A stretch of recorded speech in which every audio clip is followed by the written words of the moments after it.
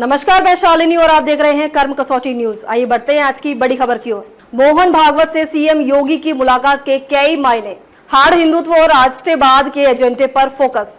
UP उपचुनाव से पहले मुख्यमंत्री योगी आदित्यनाथ ने संघ प्रमुख मोहन भागवत से मुलाकात की। इस दौरान दोनों के बीच उपचुनाव की तैयारी को लेकर मंथन किया गया। मंगलवार को संघ प्रमुख मोहन भागवत मथुरा में संघ की अखिल भारतीय कार्यकारिणी की बैठक में शामिल होने के लिए आए थे, जहां सीएम योगी ने उनसे मुलाकात की। दोनों के बीच यूपी से लेकर राष्ट्रीय मुद्दों पर बात हुई। दोनों के बीच हुई बात में ये तय किया गया कि अयोध्या में भव्य श्री राम मंदिर निर्माण और बाबा विश्वनाथ कॉरिडोर के बाद अब मथुरा पर फोकस किया जाएगा। ऐसे में उन्होंने मथुरा के भविष्य की स्क्रिप्ट भी चर्चा की। जाहिर है, ऐसे में आने वाले दिनों में प्रदेश में हाड़ हिंदुत्व के एजेंडे को और बढ़ावा मिलेगा। सूत्रों की माने तो इस मुलाकात में हरियाणा चुनाव का फॉर्मूला यूपी उपचुनाव में भी लागू करने पर बात हुई है। इस चुनाव में संघ हरियाणा की तर्ज पर मतदाताओं को बढ़ाने की कवायद करेगा।